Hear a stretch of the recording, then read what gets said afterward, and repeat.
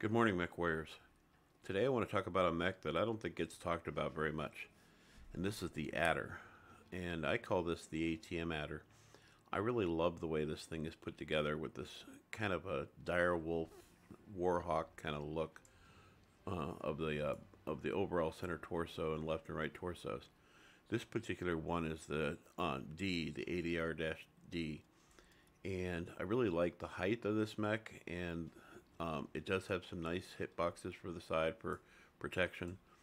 And overall, this is it's really hard to distinguish the center torso from the left and right torsos. And what's also nice is it's got decent armor and it's pretty tanky for what it is. Not particularly fast, but does definitely deal some serious damage. And you can actually put more on this mech because it doesn't have jump jets than you can on a Shadowcat. So you can have really quite a bit of fun with this build. This has a lot more weapon per tonnage of mech than some other mechs that are out there on the battlefield. And I really also dig on the arms that are stuck way out. It kind of reminds me of the bird of prey from Star Trek with the weapons out on the arms. You can also do, I have 4 ER medium lasers on here, but what's really cool is you can also do 4 small pulse lasers, and it looks really sick, especially when it's firing. You're seeing somebody playing one of these, and they're doing that. I've seen that a few times. It's a lot of fun. Anyway, let me show you this particular build. So I'm running 2 ATM 9s and 3 ER medium lasers, and 3 tons of ammo, which is not a lot, but it does fairly well. What's really cool about this mech is it's got a real low height to it, but even as low as it is, the ATM 9s are above the cockpit, so that makes for a really good play. And then along with having the center torso laser above the cockpit, which doesn't make a lot of sense because that should be like the head, but whatever, I'm not complaining. So if you can see it, you can shoot it with that one laser. And so this thing lends itself to being able to be really tanky. You get in and out as quickly as possible. So stick and move, stick and move, stick and move.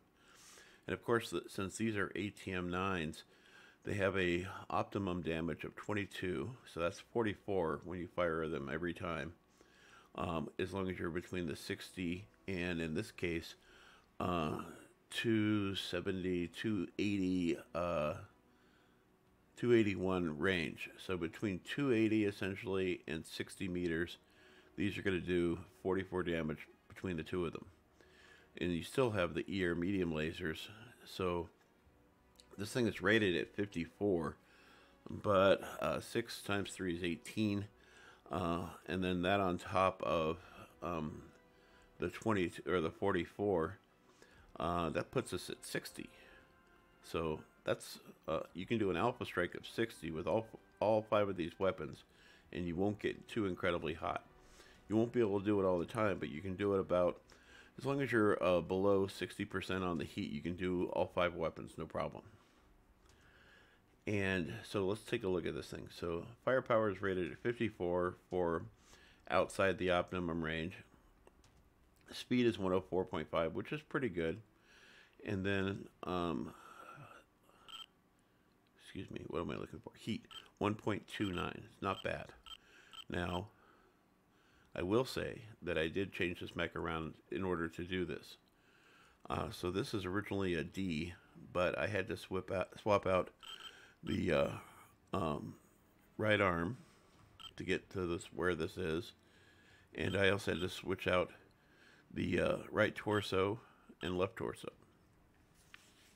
Does a mech like this exist? Yeah, there's one that's very similar to this. I think it's the A, but it does not have a laser in the center torso. So that is the reason why I did this on this one, because I wanted the third laser. Because when I run out of ammo, I still want to be able to have infinite fire on my 3 lasers. And that's why I chose to do this on this particular one. But what are we getting for quirks? We're getting pulse laser cooldown. You can see how that would be really useful. Laser duration. And then, so you get pulse laser cooldown -5, laser duration -6, and then base armor and base structure 6 and 5, or 6 and 6 accordingly. You come over here, you're getting missile velocity +5%, plus base armor +8. I don't think the head's doing anything for you. Missile velocity +5% and base armor +8. And you come over here and you're getting energy cooldown -5%, base armor and base structure +6 respectively. And I can't remember, but what are we getting in the center torso? Heat dissipation. Heat -5, heat dissipation +5%, base armor +15, which is really nice. And this is one that I really love. Overheat damage -20%. Wow. Now, I don't think you can gain anything by adding anything to the head, but we'll take a look anyways.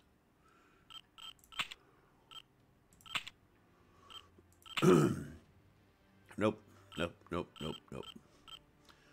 So that's how I have this mech laid out. And let me show you the skills. You're going to see the skills are pretty similar to a lot of other builds that I have. What I did do is, even though it's at 1.29 on the heat management, which is not incredible, but it's really good, I added a cooldown so I can fire the ATMs more often. That's primarily what that's about. Range maxed out.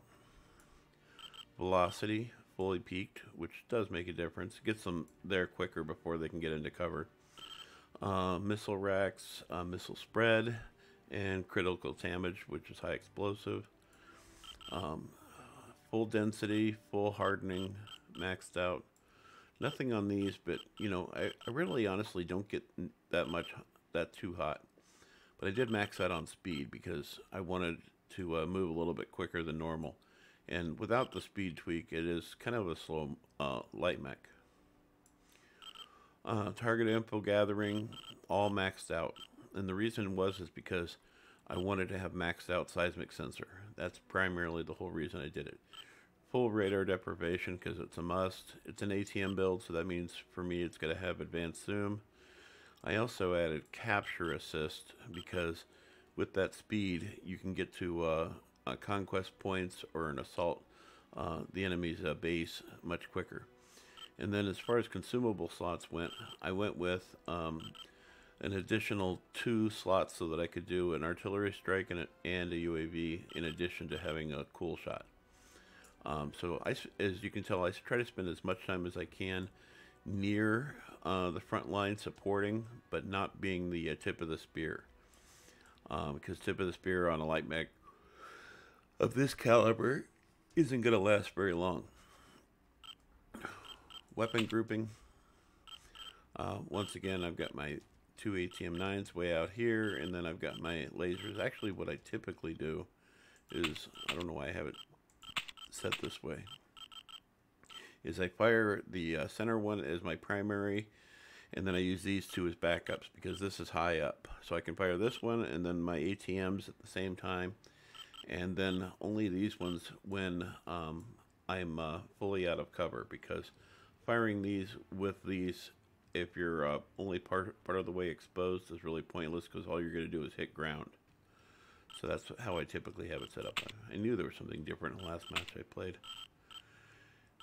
Anyway, so this is the ADR-D with modifications. And I think this is a really good mech. And you should give it a try. I do have the... I did have to change out a couple of the pieces, specifically the right arm, and I think it was the... it was just the right arm, I think. So I could get that that laser spot there. I think this was originally a ballistics. Let's see here. Right arm. D. Yeah, it was originally a ballistics, and I really just didn't care for that as much. And it didn't do anything for me to have it, because all I was getting was standard base structure and armor, stuff like that. You were getting +12 versus +6. But the rest of the features that are on there doesn't do anything for me because I don't do ballistics builds typically. If you're looking for a ballistics build, try anybody else. Anyway, I hope this was helpful, and I hope to see you on the battlefield.